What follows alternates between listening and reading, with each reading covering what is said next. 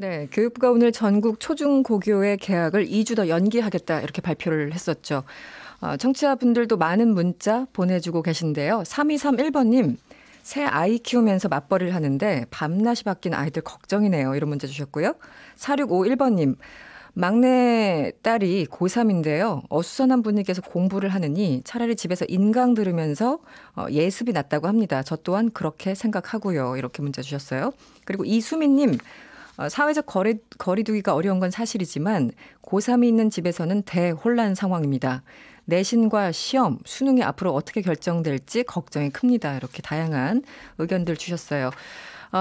이 상황 현장에서는 정말 어떻게 보고 있는지 그래서 이분 모셨습니다. 정경원 전교조 참교육연구소장과 이야기 나눠보도록 하겠습니다. 어서 오세요. 네, 안녕하세요. 네, 오늘 교육부 결정 어떻게 보셨어요? 네, 아무래도 이제 학교라는 공간이 아이들이 이제 활동이 너무 왕성한 공간이기 때문에 그렇죠. 네. 이 감염이나 전파에 굉장히 취약한 지역이거든요. 네. 그런 점을 고려했을 때 불가피하게 개학을 연기했음에도 불구하고 또 연기하는 것이 네. 적절한 조치다라고 판단할 수밖에 없습니다. 지금 상황에서는 그렇죠. 네. 선생님이시잖아요. 네. 선생님들 입장에서는 그러니까 이런 걸 경험해 보신 적이 없으시죠? 없죠. 네. 오랫동안 초유의 사태입니다. 초유의 사태죠, 네. 정말. 뭐가 가장 힘드세요? 지금 이 상황. 뭐 여러 선생님들이 다 이구동성으로 이제 하시는 말씀이 네. 전국의 교원이 50만 명인데 이거 사실은 뭐 교사만의 문제는 아닌 것 같고요. 그렇죠. 국민 모두가 다 예측 불가능한 상황이 가장 힘든 것 같아요. 그러니까 어떻게 될지. 개학이 계속해서 연기되면서 네. 학교라는 곳의 일상은 학생들과 만나서 학생들의 성장을 돕고 함께 이렇게 배우고 성장하는 그런 곳인데 네. 이게 지금 계속 유예가 되고 있는 상태인데 네. 그렇다고 해서 이제 개학이 돼서 업무가 그러면 줄거나 배워야 될 분량이 줄거나 하진 않거든요. 그렇죠. 그러니까 수업 일수가 줄어도 학습량은 고정돼 있기 때문에 네. 이런 부분에 대해서 계속해서 이제 계획을 새로 세워나가고 있는 단계고 연기가 될 때마다 수업 계획서, 뭐 평가 계획서, 네. 수행평가 계획서 이런 것들이 다 다시 이제 조정이 되다 보니까 네. 학교 현장이 굉장히 지금 예측 불가능한 상황이고 평온한 일상을 이제 찾고 싶어하는 그런 네. 마음이 강한 상황이죠. 지금 예를 들어 대학 같은 경우는 이제 인터넷으로 강의를 하고 네. 이렇게 개학을 했지만 학교를 안 가는 상황이잖아요. 네. 이 초중교는 어떻게 지금 진행을 하고 있는 건가요? 지금 이 순간에는? 그러니까 예를 들면 유치원하고 지금 초등학교는 네. 돌봄에 실제 선생님들이 투입이 되고 있어요. 네. 투입이 다 아이들 되고 돌봄에. 있고 네. 또 이제 중학교, 고등학교 선생님들 같은 경우는 비상대기 상황인데 또 전부 다가 비상대기 할 수 없는 상황이고 네. 방역조도 있고 다 조를 편성해서 학교에 지금 출근하면서 네. 변경되는 계획들에 맞춰서 또 학사 일정을 다시 조정을 해야 되거든요. 네. 그러면은 남은 기일 동안 수업 설계, 그다음에 평가 계획 이런 일정들을 하나하나 다 연기될 조정을. 때마다 네. 다시 조정을 해야 되고 또 학생들을 맞이하기 위한 준비를 계속 하고 있기 때문에 다수의 선생님들의 비상대기하고 있는 와중에도 또 많은 선생님들이 계속 돌아가면서 출근을 어쨌든 하면서 출근을 하시는. 네, 그리고 또 이제 유치원하고 초등학교는 돌봄에 직접 또 선생님들이 지금 네. 투입되고 있고 이런 상황입니다. 그런데 이런 와중에요. 서울시 조희영 교육감이 페이스북 댓글에 학교에 일 안 해도 월급 받는 그룹이 있다 이렇게 말을 해서 글을 남겨서 논란이 됐습니다. 물론 사과를 했습니다만 이 발언은 어떻게 들으셨어요? 아마 이제 네.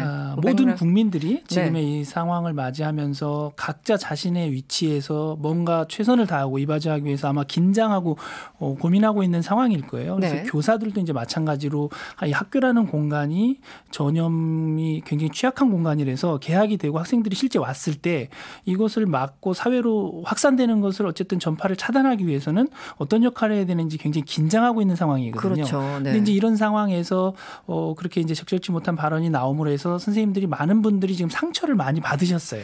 왜 이렇게 발언을 하셨는지 이해가 안 가네요. 그래서 이제 선생님들이 걱정하는 지점은 이것이 이제 단순한 뭐 말실수나 이제 이런 것이 아니라 혹시라도 우리가 교육을 혁신하고 개혁하는데 교육 개혁의 어떤 주체로 서야 되는 선생님들을 바라보는 시각이 이런 어떤 말실수로 표현된 게 아니냐라는 지점에 대해서는 네. 우려를 하고 분노를 표현하고 있는 상황입니다. 네.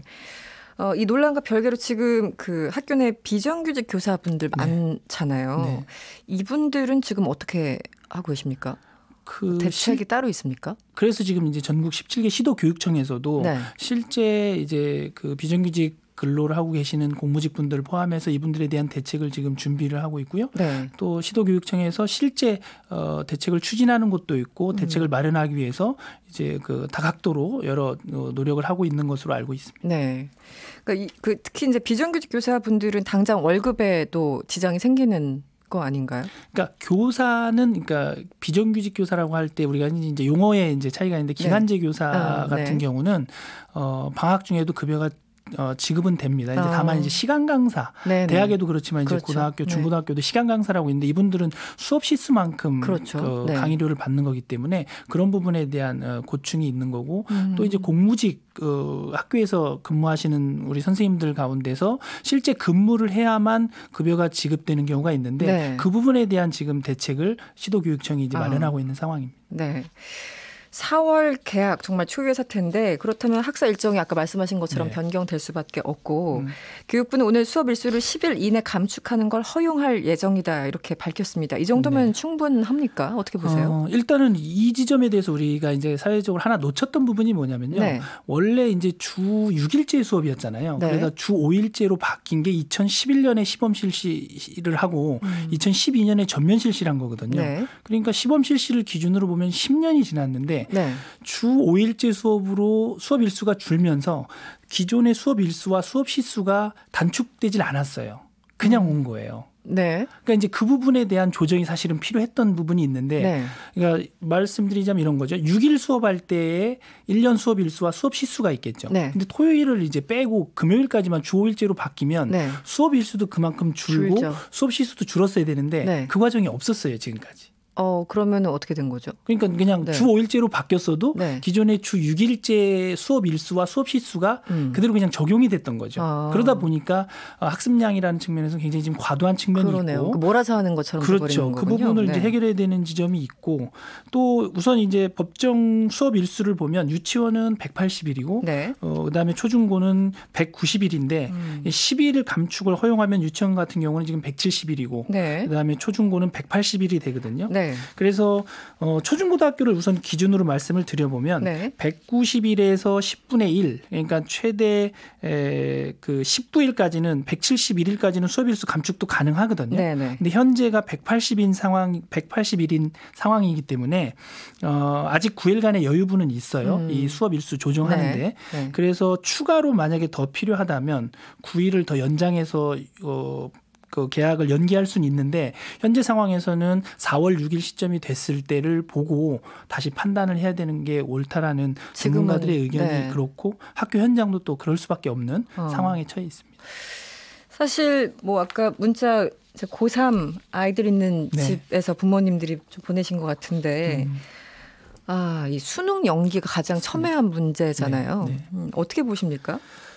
수능 문제는 사실 교육부도 이게 4월에 다시 신중하게 검토해서 발표하겠다고 얘기한 이유가 이게 많은 것들과 연동이 돼 있어요. 예를 들면 이제 고3 학생들 기준으로 보면 6월과 9월에 한국교육과정 평가원에서 주관하는 모의고사가 있어요. 6월과 9월에. 그리고 또 8월 31일자로 고3 생활기록부 마감 처리를 해야 되거든요. 그러려면 1학기 성적 중간고사, 기말고사 성적을 다 마감 처리를 해야 되고 그것이 생활기록부에 반영이 돼야 되고 9월 초부터는 수시 원서 접수가 시작돼야 되고 또 수능이 시작되고 수능이 끝나고 나면 성적 처리하는 기간이 평가원에도 또 필요한 일정 시간이 있거든요. 그거에 맞물려서 정시, 가군, 나군, 다군 원서 접수 기간이 정해져 있어요.